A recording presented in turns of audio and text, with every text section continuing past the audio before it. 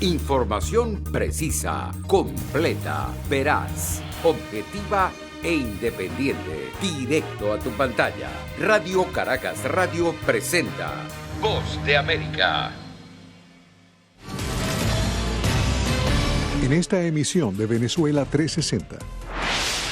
Comunidad venezolana en Estados Unidos prepara requisitos para optar al TPS. Ahora estarán seguros y protegidos gracias al presidente Biden. ¿Quiénes son elegibles? Venezuela 360 te explica. Congreso de Estados Unidos envía un mensaje claro al pueblo de Venezuela. Que sepa que fuera de Venezuela hay mucho apoyo para un cambio pacífico, donde hay elecciones. Resolución de apoyo bipartidista se adelanta en la Cámara de Representantes.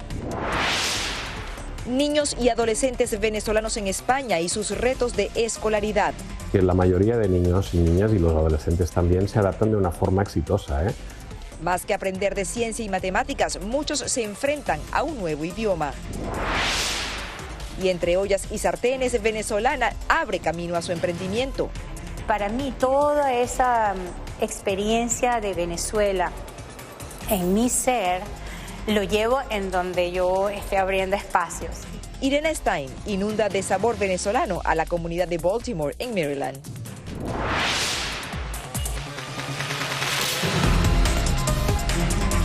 Hola, ¿qué tal? La Voz de América les da la bienvenida a una nueva edición de Venezuela 360. Desde Washington les saluda Natalí Salas Guaitero.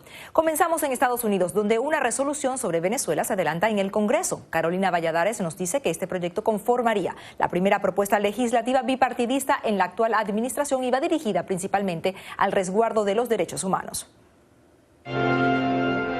Sin tiempo que perder, el recién instaurado Congreso de los Estados Unidos toma la iniciativa hacia Venezuela. El líder de la minoría y yo introduciremos una resolución en los próximos días expresando nuestro compromiso bipartidista para apoyar las aspiraciones democráticas de los venezolanos.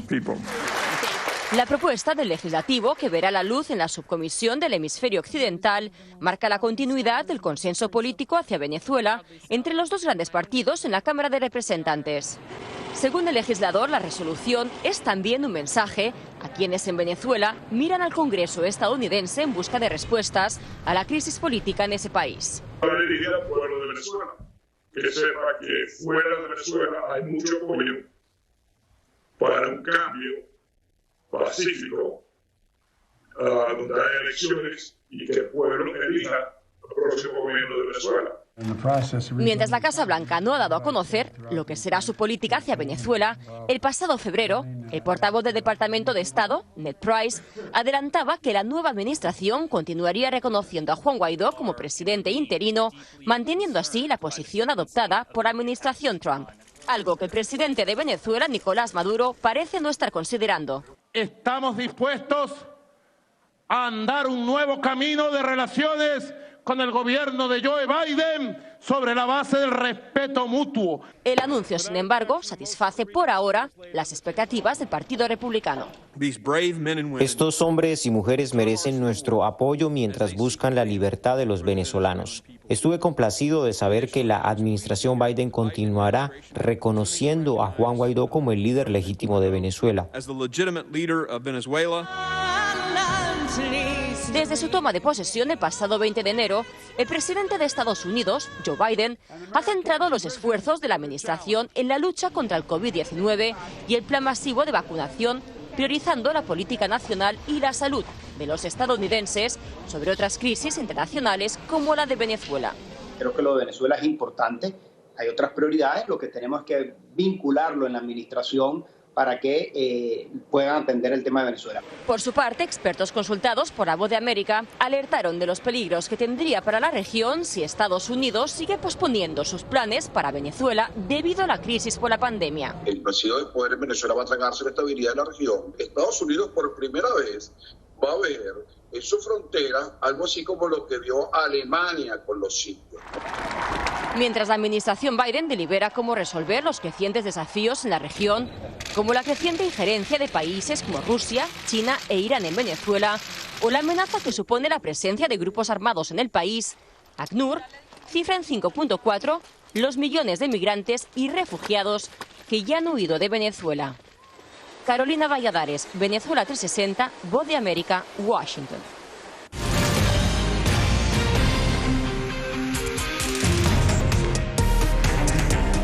Con beneplácito, republicanos y demócratas recibieron el anuncio de un estatus de protección temporal o TPS para los venezolanos aquí en Estados Unidos. Jaime Moreno nos cuenta que si bien los representantes de la oposición venezolana ven esta medida como una solución, no dejan de advertir que es temporal. El anuncio de un estatus de protección temporal para más de 320,000 venezolanos elegibles goza del visto bueno bipartidista. Ahora estarán seguros y protegidos gracias al presidente Biden. Promesas hechas, promesas cumplidas. En el pasado, los congresistas cercanos a la diáspora venezolana intentaron aprobar una ley de TPS para los venezolanos, pero fracasaron al no encontrar suficiente apoyo en el Senado. Nunca había falta la necesidad de una ley, porque lo que el presidente Biden hizo ahora se hubiera podido hacer en cualquier momento. Pero estamos muy alegres para todos esos venezolanos que han tenido que huir, que han vivido por la angustia de tener que dejar su patria. Me alegro mucho que se haya hecho esa decisión de parte del presidente Biden. Lo más importante es también seguir trabajando para la libertad de Venezuela, que la solución aquí es una Venezuela democrática, donde el venezolano pueda vivir en su país. La actual Casa Blanca justifica el TPS como un gesto humanitario, pero insiste en que seguirá trabajando en una estrategia multilateral de presión contra el presidente de Venezuela, Nicolás Maduro, para que acepte elecciones libres. El presidente también ha dejado muy claro que el enfoque aquí es incrementar la presión multilateral, no lo que se ha hecho durante los últimos 4 años, que ha sido sanciones unilaterales que no funcionan, incrementar esa presión para que se siente por primera vez en buena fe el régimen de Nicolás Maduro a negociar con el gobierno interino y hacia un camino que lleve a elecciones. Pero aunque oportuna y esperada, esta medida solo durará 18 meses. Para los representantes de la autodenominada Asamblea Delegada de Venezuela, la posibilidad de que el TPS sea prorrogado va a depender de la voluntad política del gobierno de turno. Ahora bien, si ni Dios quiera, dentro de 18 meses las condiciones siguen igual o peor, como hemos visto en el caso de otros países, el TPS se va a tener que prorrogar. Grupos de activistas en Florida, lugar donde reside la mayoría de la comunidad venezolana en Estados Unidos y que desde el principio lucharon por un alivio migratorio, celebran la medida como una vía incluso de tranquilidad familiar. Van a recibir mayor ingreso y al tener mayor ingreso eso significa mayores remesas enviadas a sus familiares, es decir, no solamente en la moneda como tal, también en lo que va a ser el envío de comidas, de suministros. Desde aquí salen cajas, pero no lo suficiente como para poder ayudar a nuestros familiares en Venezuela. Para aplicar, el solicitante debe demostrar que llegó al país antes del 8 de marzo de 2021 y lo más importante es que no tenga antecedentes penales. Personas que están, por ejemplo, ahorita bajo procesos de asilo, personas que les negaron el proceso de asilo, personas que tienen visas de turista y tienen temor de regresar a Venezuela y se encuentran actualmente en el país, personas a las cuales ya pronto se les va a vencer su estatus y no han obtenido algún otro estatus migratorio. Este tipo de personas van a poder acogerse al TPS. Después de Colombia, Estados Unidos es el segundo país del mundo que ha dado la posibilidad a la diáspora venezolana de un estatuto de protección temporal mientras se resuelve la situación política y social de Venezuela. Jaime Moreno, Venezuela 360, Voz de América, Washington. La pandemia de COVID-19 ha servido como instrumento de represión y deterioro democrático en países como Venezuela, Cuba y Nicaragua. Esto según el más reciente informe de la organización Freedom House. Sofía Pisani consultó a expertos que afirman que las restricciones por la crisis sanitaria le vinieron como anillo al dedo a los gobiernos de estas naciones.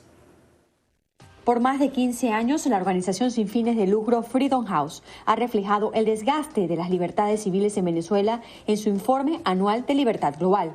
Sin embargo, en el 2020 acota que hay un ingrediente adicional que parece haber dado un respiro al gobierno de Nicolás Maduro. La pandemia ha, de una u otra forma, influido en que la mayoría de los gobiernos autoritarios y populistas utilicen a la pandemia como una excusa para fortalecer una serie de prácticas obviamente autoritarias. De acuerdo con el reporte, Venezuela ocupa el penúltimo lugar en la lista de 35 países que son clasificados como libre, parcialmente libre y no libre. Organizaciones como la Asociación de Periodistas Venezolanos en el Extranjero, APEVEX, consideran que la restricción de la libertad de expresión e información fue el factor que permitió al gobierno de Nicolás Maduro mantenerse en el poder en tiempos de pandemia. Hay muchas más restricciones de circulación, de movimiento y, por supuesto, de opinión.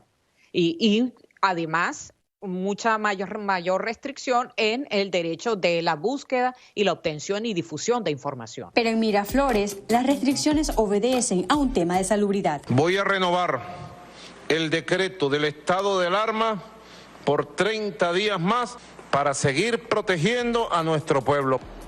Para el director de Freedom House, Gerardo Bertín, Venezuela, Nicaragua y Cuba son países que nunca han visto libertades completas y se han deteriorado en 40 puntos de su índice durante la última década. Eso es preocupante. Lo coloca junto a Mali, lo coloca justo al lado de la República del Oeste Africana. En fin, la mayoría de los países que no están obviamente en condiciones para garantizar las garantías políticas y civiles a sus ciudadanos. Otros países de la región como El Salvador e incluso Estados Unidos dieron también puntajes negativos en una u otra categoría. Sofía Pisani, Venezuela 360, Voz de América, Washington.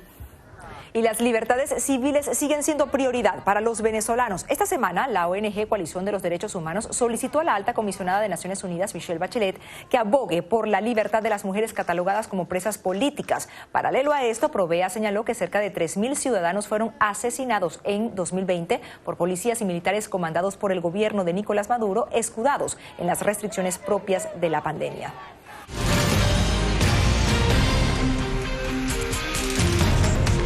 Continuamos en Venezuela 360 y nos vamos a España, donde más de 30.000 estudiantes de origen venezolano están registrados en su sistema educativo. Julia Riera conversó con algunos de ellos y le contaron que aparte de tener que adaptarse a un nuevo proceso escolar, en lugares como Cataluña se enfrentan al reto de aprender en un nuevo idioma. Tengo bastantes amigos, la escuela bastante bonita y también lo que más me gusta son nuestros profes, nos enseñan bastante bien. Ella es Oriana Maestre. Tiene 7 años y desde hace 3 forma parte del colectivo de niños de la diáspora venezolana que estudian en España. Si bien la educación está regulada por el Ministerio de Educación y Formación Profesional, son las comunidades autónomas las encargadas de financiar y gestionar los centros educativos de su territorio. Según datos provisionales del Ministerio de Educación, en el curso escolar 2019-2020 se matricularon casi 34.400 estudiantes de origen venezolano en enseñanzas de régimen general no universitarias y en enseñanzas de régimen especial. De acuerdo a Roger Vallasca, vicesecretario del Colegio Oficial de Psicología de Cataluña, los niños inmigrantes enfrentan una serie de duelos importantes, como el abandono de su país, de sus familias y de sus tradiciones culturales. La mayoría de niños y niñas y los adolescentes también se adaptan de una forma exitosa, y en realidad la posibilidad de acceder a la escolarización es una gran oportunidad para una buena integración en otros ámbitos de la sociedad, ¿no? Proveniente de Barcelona, Estado Anzoátegui, en Venezuela, la familia Maestre Matos reside ahora en Cataluña. Cuenta que para su hija Oriana, la adaptación a la nueva escuela fue sencilla, pues recibieron mucho apoyo. Aquí comienzan con los deberes pues al segundo nivel, más o menos, y no es mucho menos lo que mandan a la casa que en comparación a Venezuela. Aquí es como más didáctico, ¿me entiendes? Es como aprenden más a nivel de juego. Pero en zonas como el nordeste de España, además de adaptarse a una nueva escuela, nuevos compañeros y nuevas rutinas, los niños inmigrantes escolarizados en Cataluña deben aprender catalán, pues es la principal lengua de aprendizaje y de comunicación. Profesores explican que suele ser más fácil para los alumnos de países hispanoparlantes. Como es una lengua que se parece bastante al castellano, no tardan en habituarse y en entender las instrucciones básicas que al final en la escuela acostumbran a ser siempre las mismas. Oriana explica que para ella aprender esta nueva lengua fue un proceso rápido. Tenía algunas amigas que me ayudaban y me enseñaban al menos un poquito de catalán, porque yo ya iba bastante bien aprendiendo catalán en mi cole. En lugares como Cataluña, el sistema también estipula clases complementarias del idioma para ayudar a que los estudiantes de otros países puedan poco a poco sentirse como en casa. Julia Riera, Venezuela 360, Voz de América, Barcelona. Y por cierto, la Dirección General de Tráfico de España anunció la cancelación del canje de licencias de conducir entre Venezuela y este país a partir del 15 de marzo. Una gran parte de la comunidad venezolana que allí reside podría verse afectada por la medida, ya que depende de su licencia para trabajar. De ahora en adelante deberán tramitar un permiso de conducir nuevo, cumpliendo los requisitos de la legislación española. Con una visión diferente, muchas horas de trabajo y la fiel ayuda de su equipo, una venezolana en la ciudad de Baltimore trabaja en función de su comunidad. Cristina Caicedo Smith nos presenta la perspectiva de Irena Stein en esta edición de Mujer 360.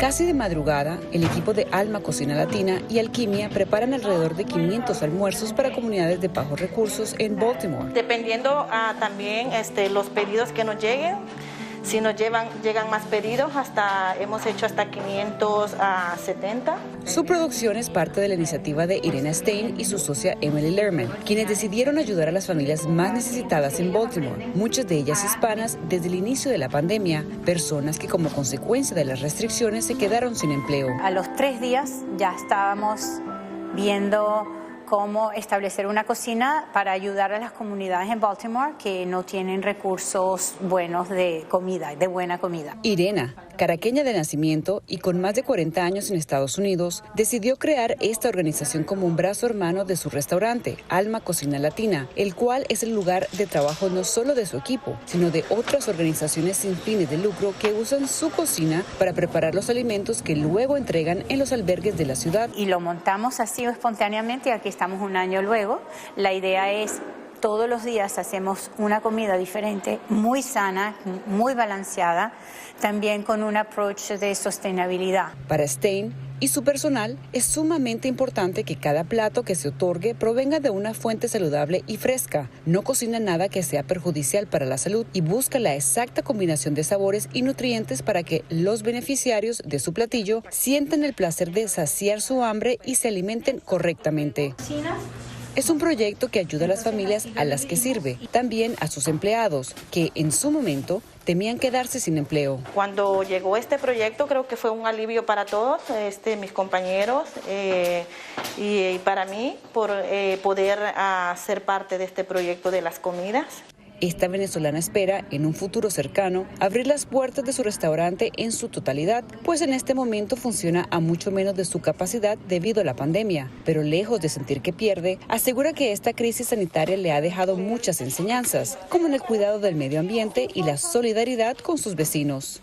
Sin dejar a un lado a Venezuela, porque como dice, siempre la lleva en la maleta. Para mí toda esa experiencia de Venezuela en mi ser lo llevo en donde yo esté abriendo espacios y Alma ha sido justamente un espacio, como es un restaurante venezolano, un espacio que me ha permitido mostrarle al mundo una imagen de Venezuela, la bella imagen de Venezuela, ¿no? Por su labor, Irena fue galardonada como Mujer Honoraria de Maryland, reconocimiento que comparte con su equipo. Espera avanzar en su propósito de que las personas entiendan la importancia de que lo que se consume tiene un fuerte impacto sobre el planeta. Cristina Caicedo Smith, Venezuela 360, Voz de América, Washington.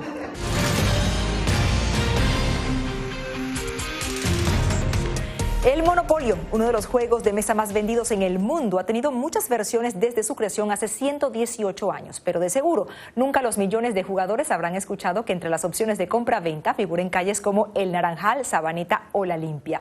Pues bien, están en el Marapolio, el juego que nos presenta José Pernalete y que está inspirado en la ciudad de Maracaibo. El popular juego Monopolio tiene muchas versiones y una es el tablero Marapolio, que destaca por algo muy especial. Está inspirado en la ciudad de Maracaibo, la capital del estado Zulia al occidente de Venezuela. Carlos Funk, su creador, cuenta que la idea surgió bromeando. Marapolio nace en el año 96. Estábamos reunidos unos amigos, estábamos jugando Monopoly y de repente uno de ellos dice, jugando, tú sabes, en el calor de la cosa, de la discusión, no me vendas esto, véndeme aquello. Dice mi amigo, ¿tú te imaginas esto? O bueno, en Maracucho, vos te imagináis esto, pero con las calles de Maracaibo. Y así fue el inicio de este juego de mesa con las cuadras representativas de los diversos sectores de Maracaibo. Como en el juego original, se le debió asignar un precio a las propiedades de acuerdo a la zona. ¿Cuáles son los lugares donde los inmuebles son mucho más costosos por su ubicación estratégica? Quizás el este de Maracaibo. Entonces, que si la Virginia, la Lago, todos estos sectores, y ya, de allí arrancamos desde lo más caro. Y ya luego nos fuimos yendo hacia los sectores que, aunque muy bonitos, muy bien cuidados, no son tan costosos en el mercado inmobiliario. Entonces ya llegamos hasta los Aticos. Poco a poco esta presentación tomó más fuerza y fue hasta el año pasado en que se convirtió en objeto de pasión para los maracuchos fuera de Venezuela. Y fíjate que pasó mucho tiempo, porque es en el 2020, 10 años después, cuando digo, bueno, voy a reeditar el Marapolio, que siempre fue un éxito, en Maracaibo. Ahora no sé en el exterior, pero habida cuenta que hay tantos maracuchos en el exterior, bueno, vamos a probar. Y en su viaje de exportación fue como el juego cautivó a Clara Uva, una maracucha en Florida, quien juega con su familia en Casa Marapolio. Además, la presentación del juego en un video que hizo para sus seres queridos se viralizó en las redes sociales. Y sobre todo cuando leí lo de las zonas de Maracaibo, me transporté a la ciudad, decía, bueno, es que todo esto lo conocemos. Y cuando vi las tarjetas que eran con nuestra terminación, pues bueno, fue maravilloso. Yo dije, bueno, esto es algo para que lo tenemos que tener los maracuchos que estamos afuera, porque nos sentimos como que si estuviéramos allá o un poquito de allá en nuestra casa. De esta más reciente edición del juego se han logrado distribuir 500 unidades. Algunas de ellas llegaron hasta Japón. Carlos está seguro que jugar Marapolio es una forma creativa de viajar a esa Maracaibo a la que muchos quieren volver. Y por cierto, las ilustraciones de la presentación fueron realizadas por el famoso artista plástico Eduardo Edo Sanabria. José Pernalete, Venezuela 360, Voz de América, Miami. Y una vacuna musical es el nombre que le han dado a una improvisada orquesta itinerante que viaja desde Barquisimeto en el estado Lara hasta la ciudad capital venezolana, llevando alegría a su paso. La idea nació del joven músico José Agustín Sánchez, quien ha recorrido varios estados tocando sus ofrendas musicales, especialmente frente a las salas donde están recluidos los pacientes con COVID-19.